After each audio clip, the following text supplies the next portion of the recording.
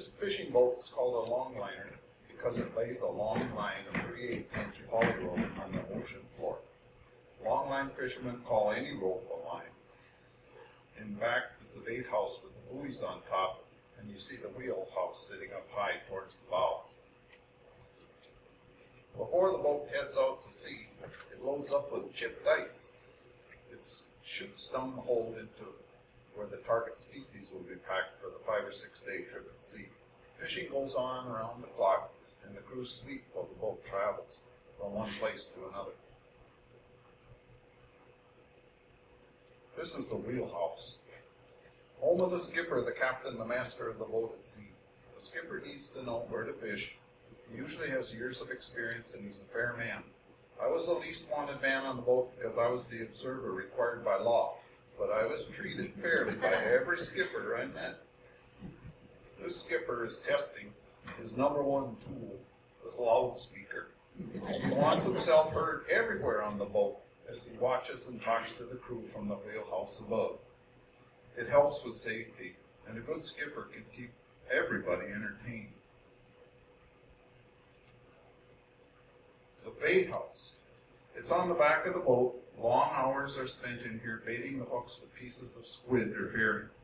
The hooks are attached to the lines with leaders that are about 2 feet long. They stay 6 or 8 feet apart on this poly line, and the whole thing is coiled with care into about a 300-foot length of rope called a skate.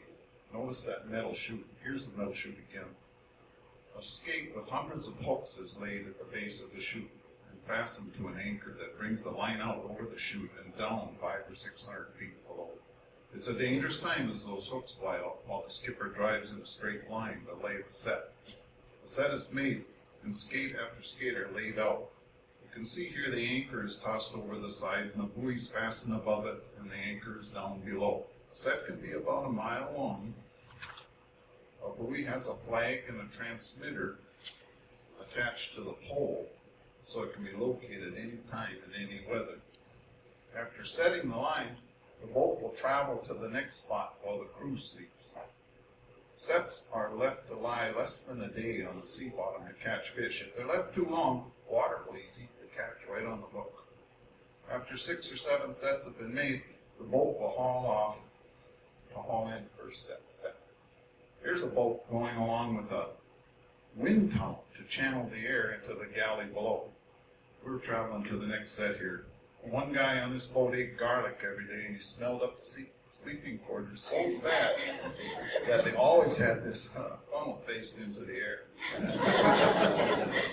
Here's the roller man, and he's flopping the fish up with a gaff over the side of the boat as the skipper drives along the set, winching this line up.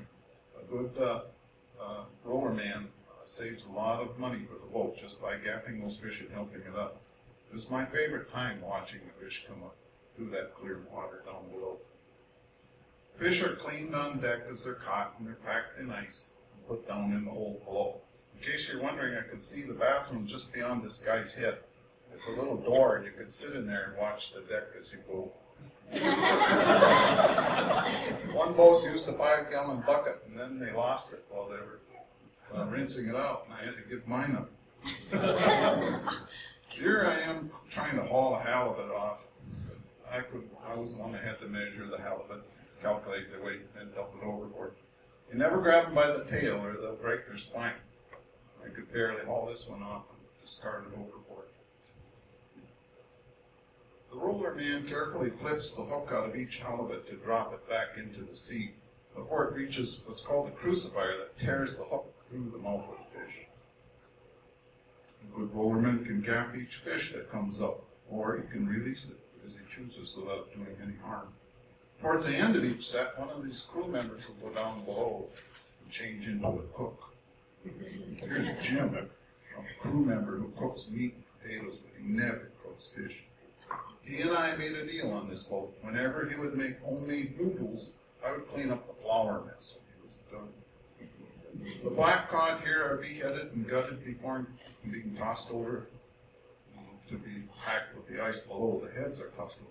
The faster the crew works, the more time the crew has to nap between the hauls. This next picture, seabirds of all types follow the longliners to gather in bunches around each head being tossed overboard. The fish heads sink, but I rarely saw the birds let one go down until they pecked clean of any loose pieces. One trick was to tie a wad of bait on each end of a string and toss it overboard to be gobbled up by 2 seagulls, one on each end. This picture I didn't take, but I know what it feels like.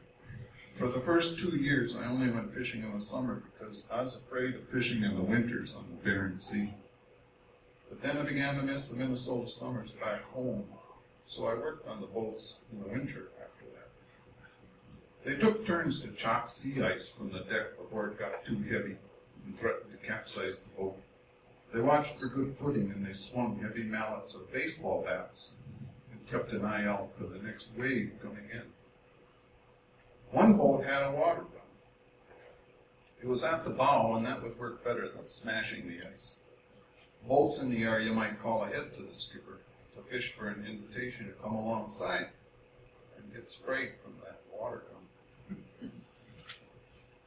This next picture, the scene looks peaceful, but that's because we took shelter in a bay.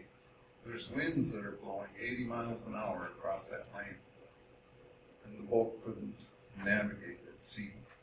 You always go at a 45-degree angle as you're heading into those waves to get anywhere. This is my last slide, and I want to say that being on those fishing boats for 6 years in the Bering Sea was the most exciting job I ever had.